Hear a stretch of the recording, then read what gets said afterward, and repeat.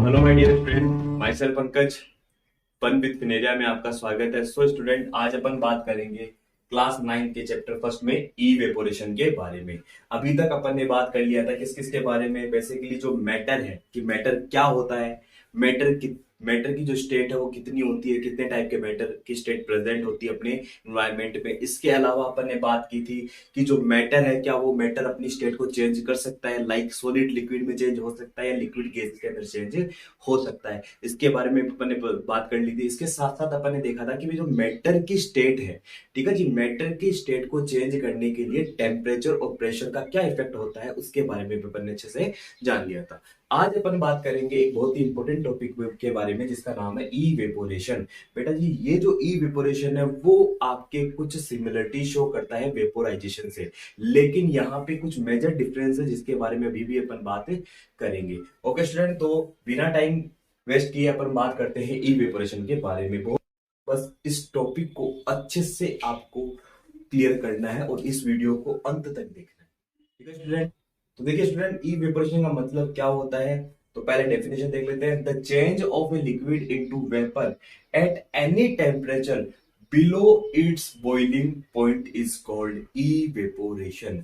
तो बेटा क्या होगा, इवेपोरेशन का मतलब है कि जब कोई लिक्विड, ठीक है जी, जब कोई लिक्विड अपने बॉइलिंग पॉइंट से नीचे, यानी कि जो उसका पर्टिकुलर बॉइलिंग पॉइंट, लाइक आपका जो वाटर है, ठीक है जी, वाटर का बॉइलिंग पॉइंट कितना होता है 100 डिग्री सेल्सियस, ठीक है, इतना होता है 100 डिग्री सेल्सियस होता है। तो अगर ये वाटर 100 डिग्री सेल्सियस से नीचे, यानी कि इसका बॉइलिंग पॉइंट 100 डिग्री सेल्सियस है, तो जब कोई लिक्विड अपने बॉइलिंग पॉइंट से नीचे किसी भी टेम्परेचर पर क्या हो जाए, वेपर में कन्वर्ट हो जाए या गैस में कन्वर्ट हो जाता है, तो उसे अपन क्या बोलते हैं, उसे अपन बोलते हैं इवेपोरेशन। तो बेटा इवेपोरेशन का मतलब समझ में आया। इवेपोरेशन का मतलब क्या होता है कि जब कोई लिक्विड अपने बॉइलिंग पॉइंट से नीचे किसी भी टेम्परेचर पर, अब वो टेम्परेचर बॉइलिंग पॉइंट से नीचे कितना भी हो, लाइक जैसे कि वो वाटर है, तो वाटर का टेम्परेचर कितना है 100 डिग्री सेल्सियस, यानी कि बॉइलिंग पॉइंट कितना है 100 डिग्री सेल्सियस। बॉइलिंग पॉइंट के बारे में अपन ने बात कर ली थी जो प्रीवियस वीडियोस, उसमें अगर किसी बच्चे ने नहीं देखा है तो मेरे जो प्रीवियस वीडियो है उसमें आप सर्च कर सकते हैं, वहां पे आपको ये टॉपिक मिल जाएगा, ठीक है जी। तो वाटर का जो बॉइलिंग पॉइंट है वो क्या होता है 100 डिग्री सेल्सियस। तो इस 100 डिग्री सेल्सियस, लाइक जैसे मान लो मैं ले लेता हूं कि भाई जैसे 95 डिग्री सेल्सियस है, तो 95 डिग्री सेल्सियस पर अगर कोई वाटर क्या हो रहा है, वेपर में कन्वर्ट हो रहा है। 95 डिग्री सेल्सियस पर अगर कोई वाटर क्या हो रहा है, वेपर में कन्वर्ट हो रहा है, तो इसे अपन क्या बोलते हैं, इवेपोरेशन बोलते हैं। वहां अपन ये नहीं बोलेंगे कि वहां पे कौन सी प्रोसेस हो रही, वेपोराइजेशन प्रोसेस हो रही है, अपन वहां पे बोलेंगे कि वहां पे क्या हो रहा है, इवेपोरेशन हो रहा है। और यही मेजर डिफरेंस है इवेपोरेशन और वेपोराइजेशन में। क्या डिफरेंस है, तो यहां देख लीजिएगा। इवेपोरेशन का मतलब होता है कि जब कोई लिक्विड अपने बॉइलिंग पॉइंट से नीचे किसी भी टेम्परेचर पर वेपर में कन्वर्ट होता है तो उसे अपन बोलते हैं इवेपोरेशन। और वेपोराइजेशन का मतलब क्या है, वेपोराइजेशन का, तो बेटा वेपोराइजेशन का मतलब होता है कि जब कोई लिक्विड अपने बॉइलिंग पॉइंट पर क्या होता है, वेपर में कन्वर्ट होता है, तो उसे अपन क्या बोलते हैं, वेपोराइजेशन बोलते हैं। यानी कि वेपोराइजेशन में क्या होगा, लिक्विड जो होता है वो कब वेपर में चेंज होना स्टार्ट होता है, आपके बॉइलिंग पॉइंट पर। यानी कि वाटर अगर 100 डिग्री सेल्सियस पे क्या हो रहा है, वेपर में कन्वर्ट हो रहा है, इसका मतलब वहां पे क्या प्रेजेंट है, वेपोराइजेशन प्रेजेंट है। लेकिन अगर इस 100 डिग्री सेल्सियस से पहले ही क्या हो गया, वेपर में कन्वर्ट होने लग गया, तो उसे अपन क्या बोलते हैं, इवेपोरेशन बोलते हैं। आपको ये चीज समझ में आ गई होगी। ओके स्टूडेंट, अब देखिए भाई, अब आप ये बोलोगे जो अपना नेक्स्ट जो क्वेश्चन आता है, अपन ये तो समझ लिया कि इवेपोरेशन क्या होता है, लेकिन अब यहां पे अपना क्वेश्चन ये आता है कि सर बॉइलिंग पॉइंट से पहले ही क्यों वेपर में कन्वर्ट होने लग गया। तो देखो सर, इसका जो मेन रीजन है वो क्या होता है कि जैसे मान लो ये आपका कोई लिक्विड है, इसके अंदर क्या भरा हुआ है, लिक्विड है, और लिक्विड के पार्टिकल्स है, ठीक है, काफी पास में बना दिए मैंने, तो ये क्या आपके लिक्विड के पार्टिकल्स है, ठीक है जी। तो देखिए बच्चों, जो लिक्विड है, लिक्विड के अंदर जो पार्टिकल्स होते हैं, उन सभी पार्टिकल्स की जो काइनेटिक एनर्जी होती है वो सिमिलर नहीं होती, ठीक है जी। इन सभी पार्टिकल्स की जो काइनेटिक एनर्जी है वो सिमिलर नहीं है, समान नहीं है। जैसे कि इस पार्टिकल की काइनेटिक एनर्जी अलग है, ऊपर वाले जो भी पार्टिकल्स होंगे उनकी काइनेटिक अलग अलग होगी, और जो नीचे वाले जो पार्टिकल्स है उनकी काइनेटिक एनर्जी अलग होगी। लिक्विड के जो पार्टिकल्स होते हैं सभी पार्टिकल्स की काइनेटिक एनर्जी अलग अलग होती है, ठीक है जी, डिफरेंट डिफरेंट होती है, किसी की कम होती है और किसी की बहुत ही ज्यादा होती है। तो देखिए, जैसे ही अपन क्या करते हैं, लिक्विड को क्या देंगे, टेम्परेचर देंगे, तो टेम्परेचर देने के कारण क्या होगा, जैसे मान लो ऊपर वाले जो पार्टिकल्स है उनकी काइनेटिक एनर्जी बहुत ज्यादा है, काफी ज्यादा है, तो उनको नॉर्मल टेम्परेचर देने पर, यानी जैसे मान लो आपका 100 डिग्री सेल्सियस क्या है, वाटर का बॉइलिंग पॉइंट है। 100 डिग्री सेल्सियस क्या है, वाटर का बॉइलिंग पॉइंट है, जिसमें क्या होता है, लिक्विड जो होता है यानी वाटर जो है वो वेपर में कन्वर्ट होना स्टार्ट हो जाएगा। लेकिन यहां क्या हुआ, जो ऊपर वाले पार्टिकल्स है उनकी तो क्या है, काइनेटिक एनर्जी बहुत ज्यादा है। तो अपन ने क्या पढ़ रखा है कि अगर टेम्परेचर दिया जाए, अगर किसी पार्टिकल को टेम्परेचर दिया जाए, तो जो उस पार्टिकल की काइनेटिक एनर्जी है टेम्परेचर ज्यादा होने के कारण इंक्रीज हो जाएगी, और इंक्रीज होने के कारण वो क्या करते हैं, वो तेजी से मूव करने लगते हैं, और वो क्या करते हैं, दूर दूर चले जाते हैं। तो बेटा यहां पे क्या हुआ, लिक्विड जो था उसके अंदर जो पार्टिकल थे उनकी काइनेटिक एनर्जी बहुत ज्यादा थी, ऊपर वाले जो पार्टिकल थे उनकी काइनेटिक एनर्जी बहुत ज्यादा थी, जिसके कारण क्या हो गया, ये जो आपका टेम्परेचर जैसे ही इनको मिला, इनकी काइनेटिक एनर्जी और ज्यादा होने के कारण ये क्या होंगे, आपके वेपर के रूप में कन्वर्ट होकर बाहर निकल जाएंगे, जिसके कारण वहां पे क्या देखने को मिलेगा, इवेपोरेशन देखने को मिलेगा। अब आप कपड़े सुखाते हो तो कपड़े में क्या है, वाटर है, अब वाटर को क्या बनना है, वेपर बनना है। तो क्या ऐसा थोड़ा ना होता है कि भाई टेम्परेचर, सन का टेम्परेचर है तो जो कपड़े हैं आपके वो क्या करेंगे, वो बेसिकली आपका बॉईल होने का इंतजार करेंगे कि नहीं, हम तो बॉईल होंगे, बॉईल होने के बाद क्या बनेंगे, वेपर बनेंगे। ऐसा नहीं होता ना। क्यों बेटा, क्योंकि उसके अंदर जब आप क्लोथ सुखाते हैं तो उसमें जो वाटर है उनकी, उस वाटर के अंदर कई पार्टिकल ऐसे होते हैं जिनकी काइनेटिक एनर्जी बहुत ज्यादा होती है, ठीक है जी। उन पार्टिकल्स की काइनेटिक एनर्जी बहुत ज्यादा होने के कारण क्या होगा, उनको थोड़ा सा भी टेम्परेचर दिया जाएगा ना, तो वो क्या होते हैं आपके, जैसे ही थोड़ा सा टेम्परेचर मिला उनकी काइनेटिक एनर्जी और ज्यादा हो जाएगी, और वो जल्दी से क्या करते हैं, उस सिस्टम से बाहर निकल जाते हैं वेपर बन के, मतलब उनको जल्दी ही निकलना होता है वहां से, क्योंकि उनकी काइनेटिक एनर्जी बहुत ज्यादा है। लेकिन जिनकी काइनेटिक एनर्जी बहुत कम होती है उनको क्या करना पड़ता है, फिर उनको काफी ज्यादा टेम्परेचर लेना पड़ता है। जैसे कि अब 95 डिग्री पे ये निकल गए बाहर, ठीक है, तो इनको कितना चाहिए भाई, नीचे वाले को निकलने के लिए कितना चाहिए, 100 डिग्री सेल्सियस तो चाहिए ही चाहिए। तो वेपोराइजेशन में ये होता है, वेपोराइजेशन और इवेपोरेशन है डिफरेंस जो होगा मेजर वो यही होगा कि वेपोराइजेशन में तो क्या होता है, बॉइलिंग पॉइंट पे लिक्विड जो है वो आपके वेपर में कन्वर्ट होना स्टार्ट होता है या गैस में कन्वर्ट होना स्टार्ट होता है। लेकिन इवेपोरेशन में क्या होता है, इवेपोरेशन में कोई भी लिक्विड जो है वो वेपर में कन्वर्ट होगा, लेकिन अपने बॉइलिंग पॉइंट से नीचे किसी भी टेम्परेचर पे वो क्या होता है, वेपर में कन्वर्ट हो जाता है। और ऐसा क्यों होता है उसका भी रीजन अपन ने जान लिया, क्यों, क्योंकि लिक्विड के पार्टिकल्स में सभी पार्टिकल्स की काइनेटिक एनर्जी अलग अलग होती है, किसी की बहुत ज्यादा होती है तो किसी की बहुत कम होती है। और जिन पार्टिकल्स की काइनेटिक एनर्जी बहुत ज्यादा होती है उन पार्टिकल्स को थोड़ा सा भी टेम्परेचर मिलने के कारण उन पार्टिकल्स की काइनेटिक एनर्जी और ज्यादा हो जाएगी, जिसके कारण वो क्या करते हैं, वेपर के अंदर कन्वर्ट होकर बाहर निकल जाते हैं। और वहां पे अपन को क्या देखने को मिलता है, इवेपोरेशन देखने को मिलता है। एग्जाम्पल क्या है इसका, अगर एग्जाम्पल समझो तो एग्जाम्पल सीधा सा है कि जब अपन क्या करते हैं, धूप में कपड़े सुखाते हैं तो क्या होगा, थोड़ी देर के बाद अपन देखते हैं कि अपने कपड़े जो है वो जल्दी ही सूख जाते हैं। तो बेसिकली क्या है, एक नॉर्मल एग्जाम्पल जो अपन डेली लाइफ में देखते हैं। तो बेटा आप समझ में आ गया होगा कि इवेपोरेशन और वेपोराइजेशन इन दोनों में अंतर क्या होता है, ठीक है। सो स्टूडेंट अब बात करेंगे अपन नेक्स्ट टॉपिक के बारे में, फैक्टर अफेक्टिंग इवेपोरेशन, कि ऐसे फैक्टर जो इवेपोरेशन की रेट को अफेक्ट करते हैं, यानी वो फैक्टर या तो इवेपोरेशन की रेट को इंक्रीज कर देंगे या इवेपोरेशन की रेट को डिक्रीज कर देंगे। तो उसके बारे में अपन पढ़ेंगे। तो स्टूडेंट देखिए, इवेपोरेशन की रेट को अफेक्ट करने वाले मेनली कितने आपके फैक्टर हैं। तो पहला फैक्टर इसमें आता है टेम्परेचर, क्या आता है, टेम्परेचर। सेकंड जो फैक्टर है वो आपका आता है सरफेस एरिया। थर्ड जो आता है वो है ह्यूमिडिटी। और फोर्थ जो है वो है आपका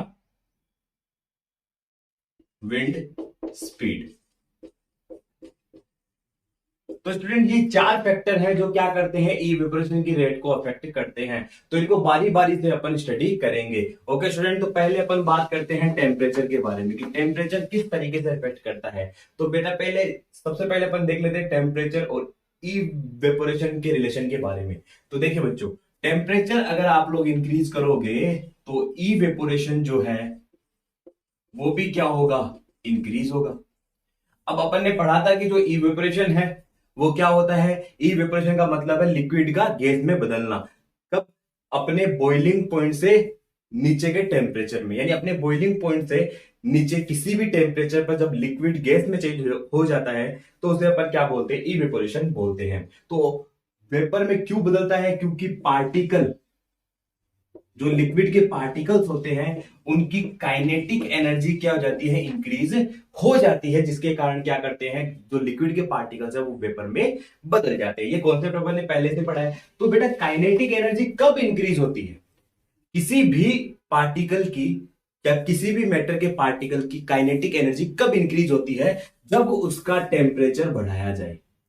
तो अगर मैं किसी पार्टिकल का टेम्परेचर बढ़ाऊंगा या किसी मैटर के अंदर, लाइक अपन ने लिक्विड लिया है तो लिक्विड को मैं लगातार टेम्परेचर दे रहा हूं, तो क्या होगा, टेम्परेचर इंक्रीज करने के कारण बेटा उसके पार्टिकल्स की काइनेटिक एनर्जी इंक्रीज होगी। अब आपको पता है कि जितने भी लिक्विड के अंदर जितने भी पार्टिकल होते हैं उनकी डिफरेंट डिफरेंट काइनेटिक एनर्जी होती है, जिसमें कुछ पार्टिकल्स की तो काइनेटिक एनर्जी बहुत ज्यादा होती है और कुछ पार्टिकल्स की काइनेटिक एनर्जी बहुत कम होती है। तो जिन पार्टिकल्स की काइनेटिक एनर्जी बहुत ज्यादा है उनको थोड़ा टेम्परेचर मिलने पर, यानी उनका टेम्परेचर अगर थोड़ा सा भी बढ़ा दिया गया तो ये काइनेटिक एनर्जी ज्यादा होने के कारण क्या होंगे, वो पार्टिकल जल्दी ही वेपर में बदल जाएंगे। तो सीधी सी बात हुई यहां पे कि अगर आपने टेम्परेचर को बढ़ाया तो काइनेटिक एनर्जी बढ़ेगी, जिसके कारण इवेपोरेशन की रेट इंक्रीज हो जाएगी। और अगर आपने जो टेम्परेचर है उसको कम कर दिया तो इवेपोरेशन की रेट क्या जाएगी, कम हो जाएगी। तो ये तो फर्स्ट फैक्टर है। सेकेंड फैक्टर आता है आपका सरफेस एरिया। तो बेटा देखिए, सरफेस एरिया जितना ज्यादा होगा, सरफेस एरिया जितना ज्यादा होगा इवेपोरेशन उतना ही ज्यादा होगा। ज्यादा नहीं पढ़ेंगे, ज्यादा डीप नहीं जाएंगे, ठीक है जी। जो आपके एनसीईआरटी बुक में दिया और एनसीईआरटी बुक से थोड़ा सा ज्यादा है वो मैं आपको बता दूंगा, इससे ज्यादा डीप जाने से कोई मतलब नहीं है, ठीक है जी। तो देखिए बच्चों, सरफेस एरिया अगर आप लोग इंक्रीज कर रहे हो तो इवेपोरेशन की रेट इंक्रीज होगी, अगर आपका सरफेस एरिया कम हो गया तो इवेपोरेशन की रेट डिक्रीज हो जाएगी। एग्जाम्पल ले लेते हैं। एग्जाम्पल, तो एग्जाम्पल क्या है, जैसे कि आपने एक लिया बोल, कोई बोल लिया आपने एक, तो उसके अंदर पानी भरा और उसको क्या करने लग गए, गर्म करने लग गए कि हमको क्या बनाना है, हमको तो गैस बनाना है, ठीक है जी। इसके साथ दूसरा और लिया आपने, उसके अंदर क्या लिया, एक बड़ी प्लेट लिया आपने, क्या लिया, एक बड़ी प्लेट, और उसके अंदर क्या भर दिया आपने, वाटर भर दिया। जितना इसमें लिया था उतना ही इसमें ले लिया आपने। अब देखिए, अगर मैं यहां आपको पूछता हूं, इसको भी अपन क्या कर रहे हैं, गर्म कर रहे हैं। अब मैं आपसे एक क्वेश्चन पूछता हूं, यहाँ पे बॉल और जो आपका प्लेट है, इन दोनों में से किस ऑब्जेक्ट से जो वाटर है जल्दी वेपर में कन्वर्ट होगा। तो आपका आंसर क्या होगा कि सर, प्लेट के अंदर वाटर जो है वो जल्दी क्या होता है, इवेपोरेट होता है, यानी जल्दी वेपर के अंदर कन्वर्ट होता है। तो ऐसा क्यों, रीजन क्या है, तो बेटा यहां पे बात आती है सरफेस एरिया की। तो जिसका जितना ज्यादा सरफेस एरिया होगा उसके अंदर उतनी ही ज्यादा इवेपोरेशन रेट प्रेजेंट होगी। तो यहां पे सरफेस एरिया किसका ज्यादा, बड़ा कौन, प्लेट। सरफेस एरिया किसका कम, बॉल का। तो बेटा जल्दी इवेपोरेशन कहां होगा, प्लेट में। एक और एग्जांपल लेते हैं, आप लोग कपड़े सुखाते हो, तो एक तो आपने अपने जो शर्ट है वो फैलाने की बजाय सीधी ही जाके तार पर डाल दी या रस्सी पर डाल दी, तो क्या वो जल्दी सूख जाएगी, आपका आंसर होगा नहीं, ठीक है जी। और अगर वही चीज मैं क्या करता हूं, प्रॉपर वे में अपन ने क्या हुआ, तार पे सुखाया या रस्सी पे सुखाया है, यानी आपने अपनी शर्ट को फैला के फिर रस्सी पे सुखाया है, तो क्या होगा, वो जल्दी ही सूख जाएगी। क्यों, क्योंकि आपने उसका जो सरफेस एरिया था वो इंक्रीज कर दिया, जिसके कारण वो आसानी से सूख जाएगी। ओके स्टूडेंट, तो यही चीज है, सरफेस एरिया इंक्रीज करोगे तो इवेपोरेशन जल्दी हो जाएगा, और सरफेस एरिया अगर डिक्रीज कर दोगे तो इवेपोरेशन है की जो रेट है वो भी कम हो जाएगी। अब थर्ड आता है आपका ह्यूमिडिटी। तो स्टूडेंट, ह्यूमिडिटी का मतलब क्या होता है, क्या है ह्यूमिडिटी। तो देखिए बच्चों, तो ह्यूमिडिटी क्या है, it is the amount of water vapour present in air. यानी एयर के अंदर जो क्या प्रेजेंट है, आपकी वाटर वेपर प्रेजेंट है, उसे अपन क्या बोलते हैं, ह्यूमिडिटी बोलते हैं। तो बेटा देखो, एयर के अंदर पहले से ही क्या है, वाटर के पार्टिकल्स प्रेजेंट है। तो एक बात बताओ, क्या यहाँ पे इवेपोरेशन देखने को मिलेगा? यानी ह्यूमिडिटी अगर बढ़ जाती है तो क्या इवेपोरेशन देखने को मिलती है? ठीक है, अगर एक एग्जांपल ले अपन कि भाई बारिश के समय में अगर मैं आपको कह दूं कि बारिश का टाइम चल रहा है, यानी बारिश हो रही है, या नॉर्मली बारिश का मौसम चल रहा है, ठीक है, थोड़ी सी एनवायरमेंट में अपने वो ह्यूमिडिटी देखने को मिल रही है, तो उस समय में आपको बोलूं कि भाई आपको क्या करना है, कपड़े सुखाना है और कपड़ों को जल्दी सुखाना है, तो क्या ऐसा पॉसिबल होगा? आप बोलोगे सर क्या पागलों सी बातें कर रहे हो।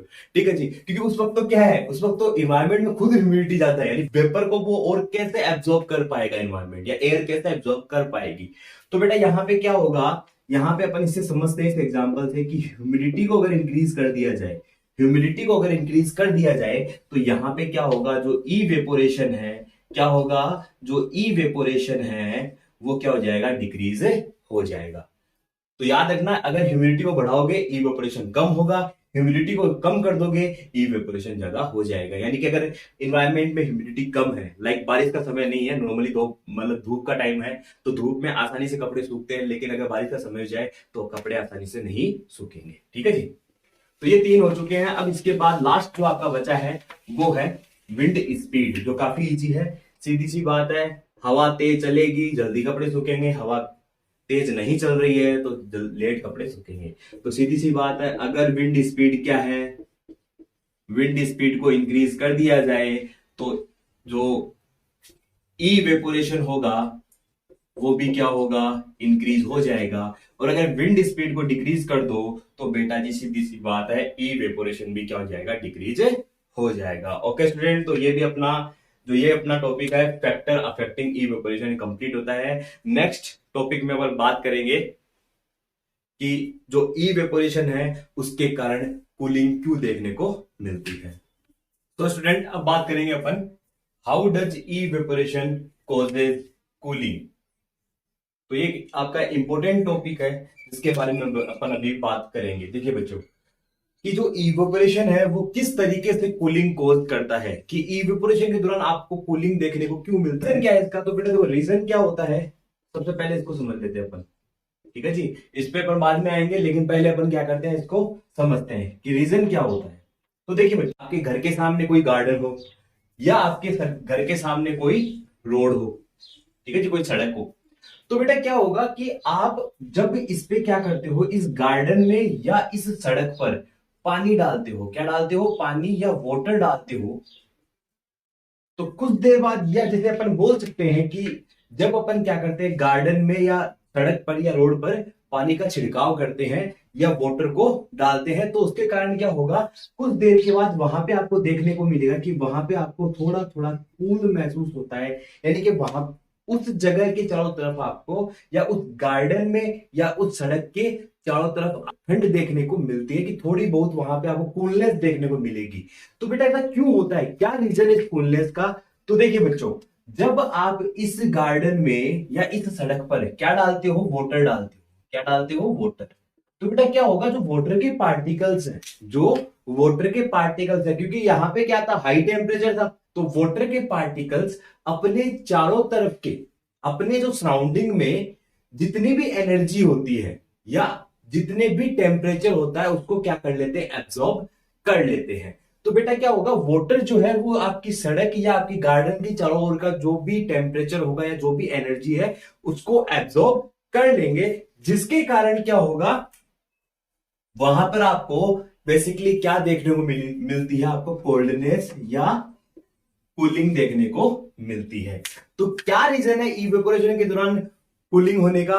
तो देखिए बच्चों, जब इवेपोरेशन होता है तो उस दौरान क्या होगा, जो लिक्विड है, यानी कि चाहे लिक्विड में अपन वाटर का एग्जांपल ले सकते हैं, तो जो आपका वाटर है वो अपने चारों ओर के, ठीक है जी, जो भी लिक्विड के पार्टिकल्स होते हैं वो अपने चारों ओर के एनर्जी को एब्जॉर्ब कर लेता है, जिसके कारण क्या होगा, वहां पर आपको कूलिंग देखने को मिलती है। क्योंकि जैसे ही वो अपनी चारों तरफ की एनर्जी को एब्जॉर्ब कर लेता है तो चारों ओर का जो टेम्परेचर था वो तो डिक्रीज हो गया ना, और अगर चारों ओर का टेम्परेचर डिक्रीज हो गया तो उसके कारण क्या होगा, आपको कूलिंग देखने को मिलती है। ऐसा फिनोमिना आपको कहां देखने को मिलता है, ऐसा तो अपन यहां पे तो देखते देखते, लेकिन साथ में कब देखते हैं, जब बारिश यानी कि रेन टाइम।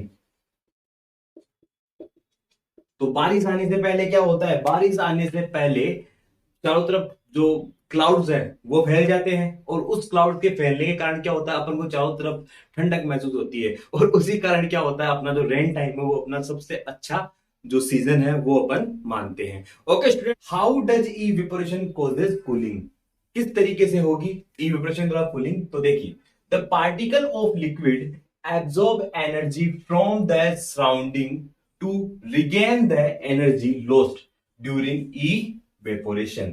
तो इवेपोरेशन के दौरान जो एनर्जी लॉस्ट हुई थी उसके अंदर अपन क्या कर रहे हैं, जो लिक्विड के पार्टिकल्स थे वो क्या करते हैं, अपने चारों ओर की एनर्जी को एब्जॉर्ब कर लेते हैं, जिसके कारण क्या होता है, कूलिंग देखने को मिलती है। तो सीधा सा मीन है कि कूलिंग क्यों देखने को मिलती है, क्योंकि ड्यूरिंग इवेपोरेशन जो पार्टिकल्स होते हैं लिक्विड के वो क्या करते हैं, अपने चारों ओर की जो एनर्जी होती है उसको एब्जॉर्ब कर लेते हैं, जिसके कारण अपन को कूलिंग देखने को मिलती है। सो ओके स्टूडेंट, इस टॉपिक के साथ अपना ये चैप्टर है वो कंप्लीट होता है। नेक्स्ट वीडियोस में अपन बात करेंगे जो इससे रिलेटेड जो क्वेश्चंस है, एनसीईआरटी की बुक में जो क्वेश्चन दिए गए हैं उनके बारे में अपन डिस्कशन करेंगे। ओके स्टूडेंट, आपको ये वीडियो पसंद आया तो इस वीडियो को लाइक करें, शेयर करें, और थैंक यू।